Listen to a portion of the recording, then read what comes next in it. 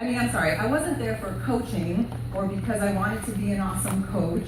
I was there because I had been doing this program that changed my life, P90X, and I wanted to meet the man, Tony Horton. And something happened when I listened to a speaker just share his story, and I was like, oh my God, this is the American dream. Like I had chills right now listening to that. Like, this is the American dream. So it's okay if you haven't asked me to train you, even though Kristen, wherever you are, she just came up to me to say hi. And then she said, I just wanted to meet you. My upline is Janet Conway. And I said, so, what are you? How long have you been a coach? And she said, I'm an Emerald coach. I've been here for 4 years. And I'm like, why aren't you where you want to be in your business? And she just got like the smackdown and grilled by me. I love you, and things are going to change moving forward, right? But let me take a step back and just tell you a little bit about myself. Raise your hand if you've heard my story, because I think a lot of people haven't. That's great. Very few hands. So I am officially 42 years old. I grew up on public assistance, on welfare. Everyone thought that by 16 that I was going to be like everyone else in my neighborhood, that I would be pregnant, and I said, no, that's not going to happen for me or to me. So when I got to college, I knew that I wanted something different. Everyone around me was just sad. Seriously, I was thinking about it this morning, how there's the other elite coach, her name is Christine Dwyer, who's been elite 7 years in a row. What I admire so much about her is her work ethic. And then finding out about her past, that she was raised by like a military dad who used to make her like clean everything with like a toothbrush. And I just so admire her work ethic. And I have to tell you that I didn't have a strong work ethic because no one around me worked hard. Like everyone, including my family, which is so sad to be able to share this with you, right, was milking the system.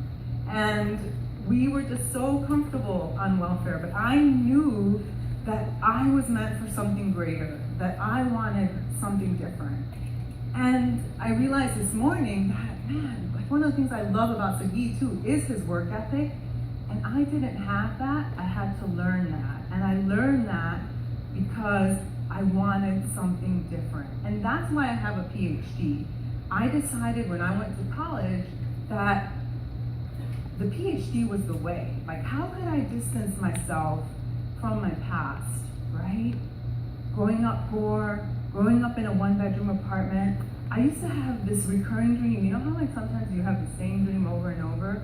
I would have this dream that we had a second bedroom because it was my mom, she was a single mom, my brother, and myself. And so I really had no space.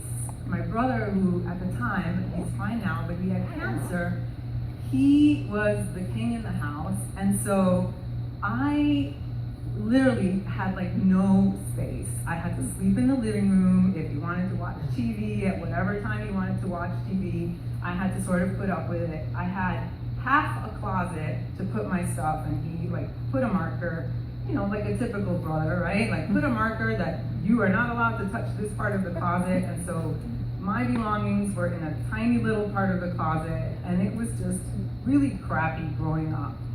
And I wanted something different. And so I said, I'm gonna get a PhD because that's going to be my ticket out of poverty. And so I didn't know that a college degree doesn't necessarily mean these days that you will have a job or that you will have financial freedom. And so I got a PhD. Towards the end of my PhD, my father passed away. I was also married and I got divorced, so everything happened all at the same time. And it was just a lot. So the happy thing was that I had a PhD and I had gotten a job at Southern Methodist University as an assistant professor, which was amazing. But here I was dealing with major loss. I mean, the divorce was a huge loss, as big as the loss of my dad. And so the way that I coped was through eating and margaritas. And it sounds funny, but it's not. It was fun at the time, but I remember being really unhappy, feeling really uncomfortable in my skin, and going to Target one day and trying on a dress and seeing my reflection in the mirror, and then I realized, like, oh my God, I'm fat, right? And I was like, this is it, no more, I'm gonna change. I'm gonna do something different. And so I started dieting and doing all these crazy things. Have you heard of the Scarsdale diet? Where you only eat like tuna fish one day and then grapefruit the next day. Gross, right? So then I did that, and then I had also heard of Ally, that drug that makes you poop on yourself like inadvertently, right? So I was gonna try that, but the pooping part was not very appealing to me. I was a little vain. And so, true story. And then one day, I remember so clearly, my hair was pulled back just the way it is now, and I was feeling like I was like waddling down the street. And then I see my ex-husband and his new girlfriend, and that was totally fine with me, but she had lost like all this weight.